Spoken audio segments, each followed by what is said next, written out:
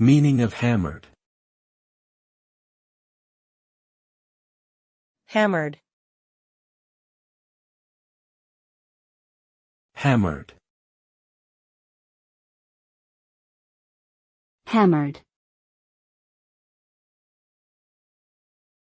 Hammered.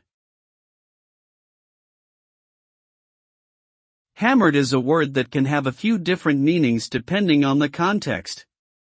One common meaning is to be severely intoxicated, usually as a result of drinking alcohol. In this sense, someone who is hammered is very drunk and may have difficulty walking or speaking clearly.